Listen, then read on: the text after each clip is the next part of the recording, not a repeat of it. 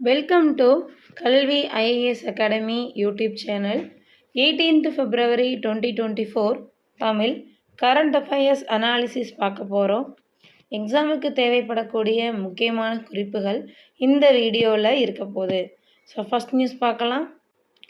பட்டாசு ஆலையில் வெடி விபத்து, 10 பேர் உயிரிழப்பு. விருதுநகர் மாவட்டம் சாத்தூர் அருகே பட்டாசு ஆலையில் சனிக்கிழமை ஏற்பட்ட வெடி விபத்தில் 4 பெண்கள் உட்பட 10 பேர் உயிரிழந்தனர். 4 பேர் பலத்த காயமடைந்தனர். ஸோ இது குறித்து மாவட்ட ஆட்சித்தலைவர் ஜெய்சீலன் அவர்கள் கூறியது என்ன அப்படின்னா, பட்டாசு ஆலையில் விதிகளை மீறி அளவுக்கு அதிகமான ரசாயன மூலப்பொருட்கள் சேமித்து வைக்கப்பட்டிருந்துச்சு. மனித தவறு காரணமாகவே வெடி விபத்து ஏற்பட்டிருக்கு. மாவட்ட வருவாய் அலுவலர் ராஜேந்திரன் தலைமையில் விபத்து குறித்து முழுமையான ஆய்வறிக்கை தாக்கல் செய்ய உத்தரவிட்டுள்ளது. ஸோ இதற்கு முதல்வர், பிரதமர் ஆழ்ந்த இரங்கல் தெரிவிச்சிருக்கிறாங்க. முதல்வர் நிவாரணமும் அறிவிக்கப்பட்டிருக்கு. ஸோ இதில் பார்த்தீங்க அப்படின்னா 10 பேரின் குடும்பத்துக்கு 3 லட்சம் வழங்கப்படும் அப்படின்னு சொல்லியிருக்கிறாங்க. அது மாதிரி பலத்த காயமடைந்தோருக்கு தலா 1 லட்சம் அளிக்கப்படும்னு தெரிவிச்சிருக்கிறாங்க. நெக்ஸ்ட் நியூஸ் பார்க்கலாம். தமிழகத்தில் பஞ்சு மிட்டாய் விற்பனைக்கு தடை. தமிழகத்தில் பஞ்சு மிட்டாய் விற்பனைக்கு மாநில அரசு தடை விதித்துள்ளது. புற்றுநோயை ஏற்படுத்தும் நச்சு வேதிப்பொருட்களை கொண்டு பஞ்சு மிட்டாய் தயாரிக்கப்படுவதால் இந்த தடை விதிக்கப்பட்டுள்ளதாக தகவல் தெரிவிக்கப்பட்டுள்ளது. இது குறித்த தகவல்கள் பார்த்தீங்க அப்படின்னா, ரோடமைன் பி அப்படிங்கக்கூடிய ஒரு ரசாயன பொருள் இதில் இருக்குது. பேரை பார்த்து வச்சுக்கோங்க, ரோடமைன் பி. ஸோ இது எங்கே யூஸ் பண்ணுவாங்க அப்படின்னா, ஜவுளி உற்பத்தி துறைகளில் யூஸ் பண்ணுவாங்க. மிக குறைந்த அளவில் கிடைக்கக்கூடியது. குழந்தைகளின் கவனத்தை ஈர்க்கிற வகையில் அதிக வண்ணங்களை கொடுக்கக்கூடியது. ஸோ இதை பஞ்சு மிட்டாய் தயாரிப்பதில் யூஸ் பண்ணுறாங்க. தாவரங்கள், பழங்கள், பூக்கள், காய்கறிகள் உள்ளிட்ட இயற்கை பொருள்களிலிருந்து பெறப்படக்கூடிய நிறமூட்டிகள் நமது உடலில் 24 மணி நேரத்தில் சிறுநீராக வெளியேறி போயிடும். ஆனால் இந்த ரோடமைன் பி அப்படிங்கிற நிறமூட்டி 45 நாள் வரைக்கும் உடம்புக்குள்ளே தான் இருக்கும். ஸோ இந்த காலகட்டத்தில் இது சிறுநீரகம், கல்லீரல், நரம்பு மண்டலம், மூளை உள்பட்ட பல உறுப்புகளில் பாதிப்புகளை ஏற்படுத்த வாய்ப்பு இருக்குது. அது மட்டும் இல்லை, இரத்த செல்களில் உள்ள அணுக்களையும் சேதமடையக்கூடிய வாய்ப்பு இருக்குது. இது புற்றுநோயை ஏற்படுத்தலாம் அப்படின்னும் தெரிவிச்சிருக்கிறாங்க. இதனால தான் இந்த ரோடமைன் பி அப்படிங்கிற இந்த கெமிக்கல் இருக்கக்கூடிய பஞ்சு மிட்டாய்க்கு தடை விதிச்சிருக்காங்க. நெக்ஸ்ட் நியூஸ் பாருங்கள். வெற்றிகரமாக விண்ணில் பாய்ந்தது GSLV F-14. இன்சாட் 3DS செயற்கைக்கோள் நிலைநிறுத்தம். ஸோ இந்த இன்சாட் 3DS செயற்கைக்கோள் எதுக்குன்னு பாருங்கள். இதை மத்திய புவி அறிவியல் துறை, இந்திய வானிலை ஆராய்ச்சி மையம், வானிலை முன்னறிவிப்புக்கான தேசிய மையம், தேசிய கடல்சார் ஆராய்ச்சி மையம் என்று சொல்லக்கூடிய NIOT ஆகியவற்றின் பயன்பாட்டுக்காக தான் விண்ணில் செலுத்தியிருக்கிறாங்க. தரை மற்றும் கடல் பரப்பில் ஏற்படக்கூடிய மாறுபாடுகளை ஆய்வு செய்து துல்லியமாக தட்பவெப்பநிலை மாற்றம், வானிலை தரவுகளை இதன் மூலம் பெற முடியும். அதை கொண்டு வானிலை முன்னெச்சரிக்கைகளையும் பேரிடர் எச்சரிக்கைகளையும் நிகழ் நேரத்தில் சரியாக தர முடியும் என இஸ்ரோ விஞ்ஞானிகள் தெரிவிச்சிருக்கிறாங்க. இந்த நெக்ஸ்ட் நியூஸ் பார்க்கலாம். ஆவின் பால் உபபொருள்கள் விற்பனையை அதிகரிக்க திட்டம்.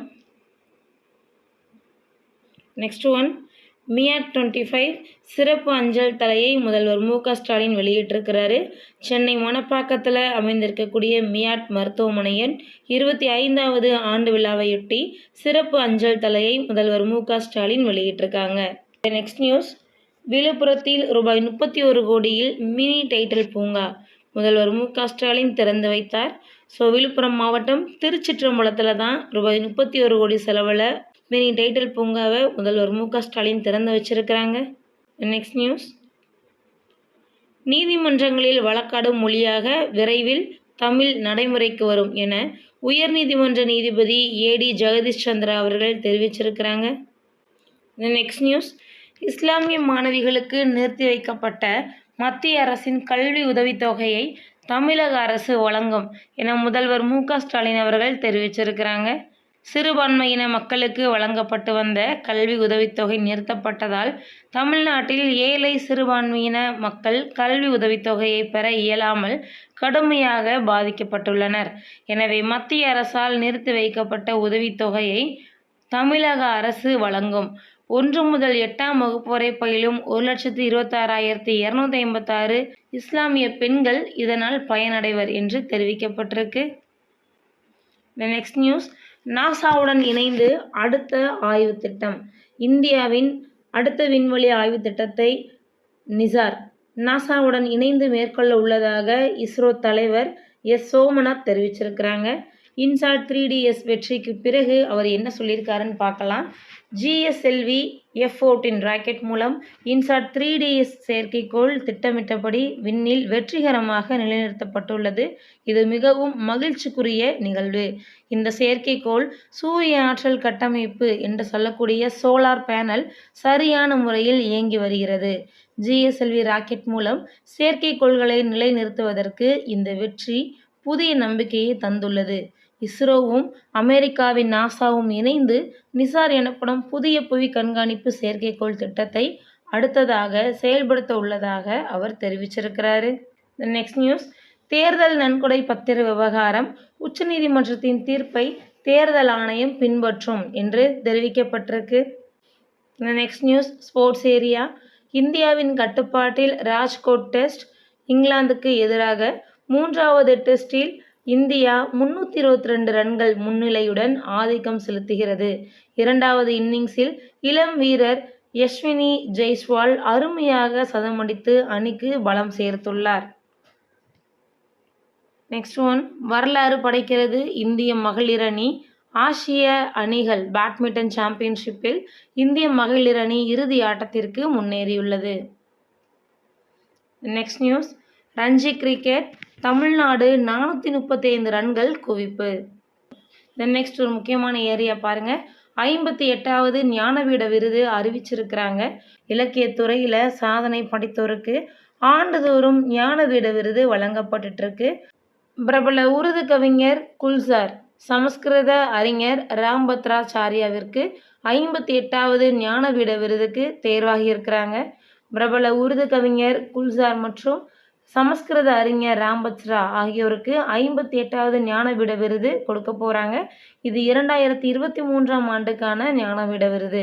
ஸோ இப்போ குல்சாரின் படைப்புகள் கொடுத்துருக்குறாங்க. சம்பூரன் சிங் கல்ரா என்ற இயற்பெயர் கொண்ட குல்சார் ஹிந்தி திரையுலகத்தில் நீண்ட காலம் இயங்கி வருவதுடன் உருது கவிஞராகவும் இருக்கிறாரு. 2002ஆம் ஆண்டு சாகித்ய அகாடமி விருது வாங்கினார். 2004 பத்மபூஷன் விருது வாங்கினார். 2013 தாதா சாஹேப் பால்கே விருதையும் வாங்கியிருக்கிறாரு. பல ஹிந்தி திரைப்படங்களை எழுதி இயக்கியிருக்கிறாரு. இவருடைய கோஷிஷ், பரிச்சை, மௌசம், இஜாசத் உள்ளிட்ட விருது பெற்ற திரைப்படங்களை மிர்சா காலிஃப் என்ற பிரபல தொலைக்காட்சி தொடரையும் இயக்கியிருக்கிறாரு. அதே மாதிரி ராம்பத்ராச்சாரியா பற்றி கொடுத்துருக்குறாங்க. இவர் வைஷ்ணவ வழிபாட்டு பிரிவினராக இருக்கிறாரு. அதே மாதிரி 1950ஆம் ஆண்டு பிறந்த இவர் 2 மாத குழந்தையாக இருக்கும்போதே கண் பார்வையை இழந்துட்டார். பிரெய்லி போன்ற அச்சு முறையின் உதவியோடு தான் படிச்சிருக்கிறாரு. தனது படைப்புகளையும் உருவாக்கியிருக்கிறாரு. 22 மொழிகள் பேசும் இவர் சமஸ்கிருதம், ஹிந்தி, மைத்திலி உள்ளிட்ட மொழிகளில் கவிதைகளையும் எழுதியிருக்கிறாரு. 2015ஆம் ஆண்டுக்கான பத்ம விபூஷன் விருதையும் வாங்கியிருக்கிறாரு.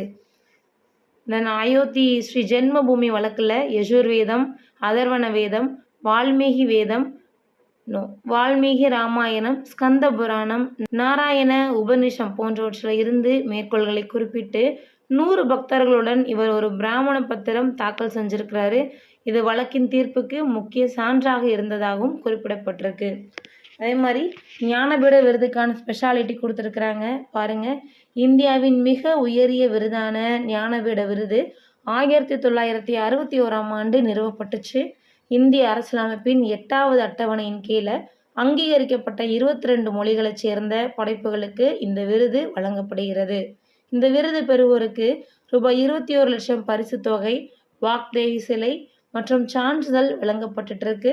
சமஸ்கிருத மொழிக்கு 2வது முறையாகவும் உருது மொழிக்கு 5வது முறையாகவும் இந்த விருது வழங்கப்பட்டிருப்பது குறிப்பிடத்தக்கது. நெக்ஸ்ட் நியூஸ் பாருங்க. ரஷ்யாவிடம் வீழ்ந்தது மேலும் ஒரு உக்ரைன் நகரம். கிழக்கு உக்ரைனின் டொனட்ஸ் பகுதியில் அமைந்துள்ள அவுடிவ்கா நகரை ரஷ்ய படையினர் சனிக்கிழமை கைப்பற்றினர். நெக்ஸ்ட் நியூஸ், ராஃபாவில் இஸ்ரேலுக்கு கட்டுப்பாடு, சர்வதேச நீதிமன்றம் மறுப்பு. Next news. நாவல்னி படுகொலை செய்யப்பட்டார். செய்தி தொடர்பாளர் கீர் யார்மிஷ் தகவல் தெரிவித்துள்ளார். Next news. வடலூர் வள்ளலார் சர்வதேச மையம் கோவில்களில் புதிய உள்கட்டமைப்பு வசதிகள் முதல்வர் மு.க. ஸ்டாலின் அவர்கள் அடிக்கல் நாட்டி வைத்திருக்கிறார். வடலூர் வள்ளலார் சர்வதேச மையம் அமைப்பது உள்பட கோயில்களில் ரூபாய் 592 கோடியே 38 லட்சத்திற்கு முதல்வர் மு.க. ஸ்டாலின் அடிக்கல் நாட்டியிருக்கிறாரு.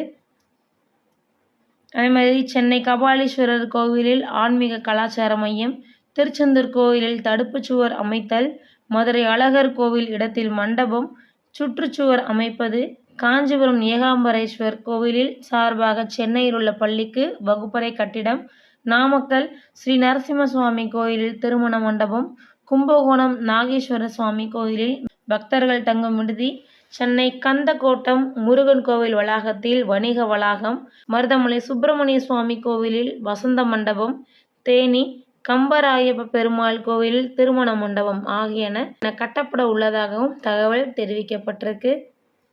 ஸோ இதோட இன்னைக்கான கரண்ட் அஃபேர்ஸ் முடிஞ்சிடுச்சு. தேங்க்யூ அண்ட் தேங்க்ஸ் ஃபார் வாட்சிங்.